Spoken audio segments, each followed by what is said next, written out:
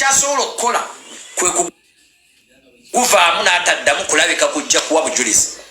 Kooti bw'enoonya abajulizi abalala abasingako ku abo ne babula, of course case ejja kubeera dismissed with time. Ate nakyo si kyaleero kubanga nti okutandika okukozesa ajaali kisobola okutekinga 3 years to 4 years. Nkugambye nti emisango gya capital offense okusinziira ku biriwo egya defilement ne rape olwaleero gye bali emisango gye baliko gyazzibwa 217 between 217 ne 220 gye kisango gye baliko. Kitegeeza omuntu gwe bateekako omusango gwa defilement ne rape mu 220 tannafuna ssuubi lireetebwa mu kooti, akyali luzira, akyali kigo.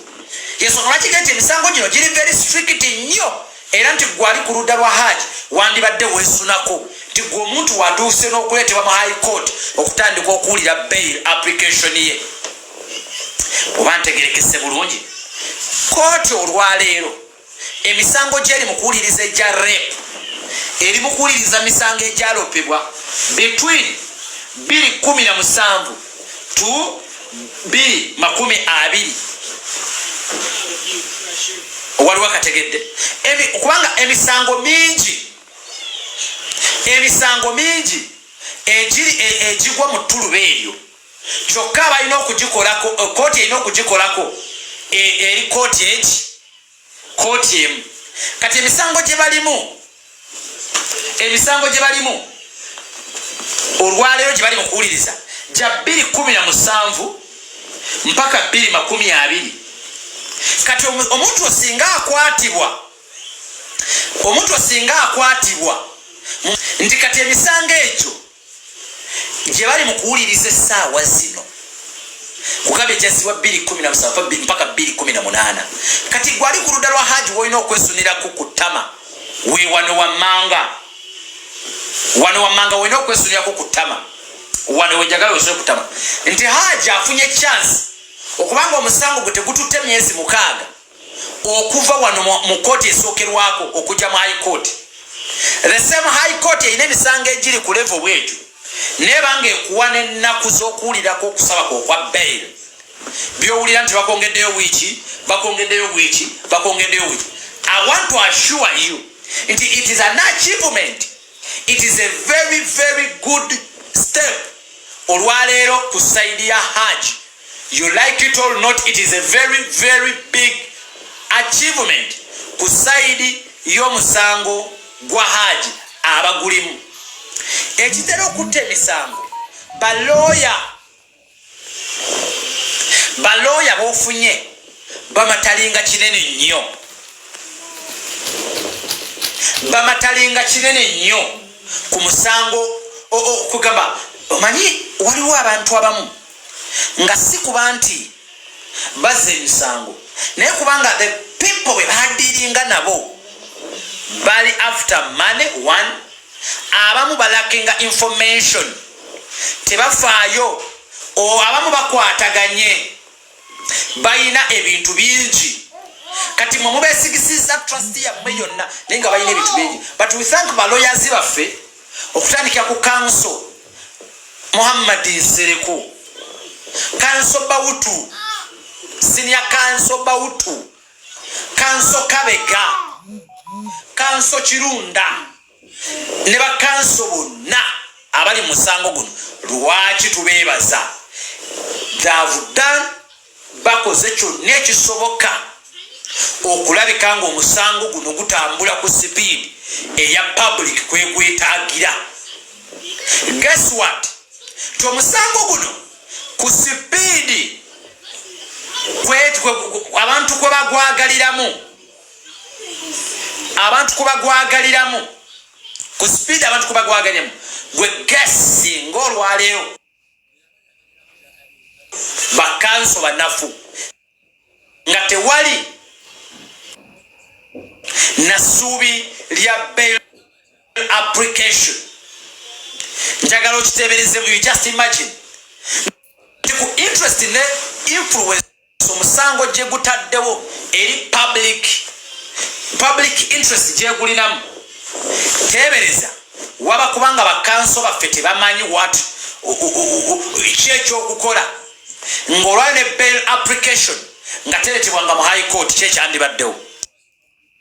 So tulina okusooka okwebaza bakanso baffe nti for them they have done their job in a professional manner mu mbeera yonna eya ddala entuufu eteekeddwa okuba nga ekolebwamu ebintu. Yensonga lwaki baissuinga production warrant newankubadde twali tukyali mu kkooti esookerwako ekajjansi ng'ate si eri mmenti okuba nga yeewuliriza emisango egifaananako ng'egya Haji gy'aliko. Eyo kkooti nakugambye eweebwa eddembe okunoonyereza olunaku lw'okwatiddwa mpaka emyezi 6.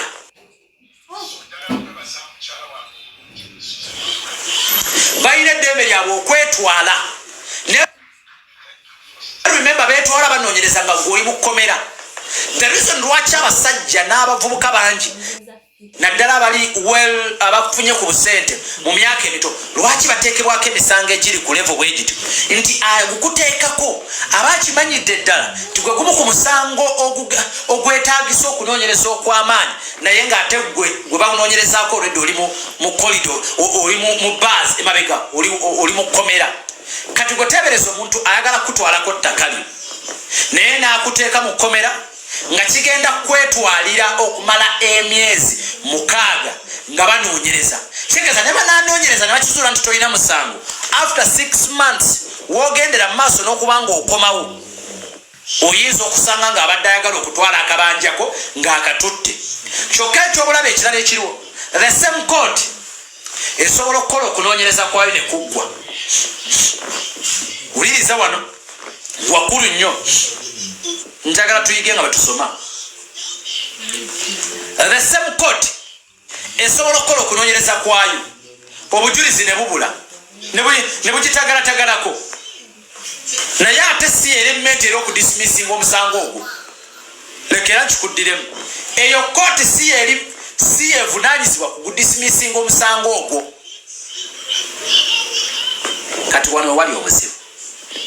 Kooti yennyini esobola okuweereza mu high court newankubadde obujulizi bweyina tebumatiza kimala. High court netandika okufunza emisango gino egyagiwaabirwa mu 2017 mpaka 2020. Kati gwawaabiddwa mu 2024 omusango guyinza okuba gugenda kuwulirwa mu 2036 oba 2032. Kankakuddemu sikutiisatiisa. Olwayo court high court emisango gye mukuwuliriza nkugambye gya defilement ne rape eri ku misango egyawaabwa mu 2017 mpaka 2020 eri between 2017 ne 2020.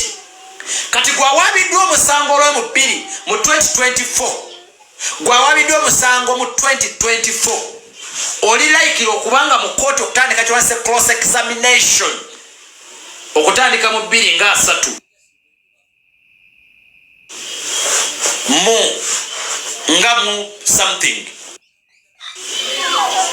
Kati kwetebereza omuntu nga talina balooya bamanyi wano njagala owuliriza tebereza omuntu nga talina balooya bamanyi n'amala emyezi 6 ekajjansi n'aweerezebwa mu high court. Mu high court bakuweerezaayo ng'ova mu kkomera gy'oli remanded to either kigo oba kitalya oba lusira. Kati gwe tebereza ne bakuwaabira omusango nga mu kooti esookerako yakola ogwayo kati ne bakuwaabira omusango mu 2024 n'obeera mu kkomera mpaka 2032 kooti lweriyita erinnya lyo oba erinnya lyo erisomebwa kuba alina okulabika mu maaso g'omulamuzi mu 2024 olukati naye bakutandiseeko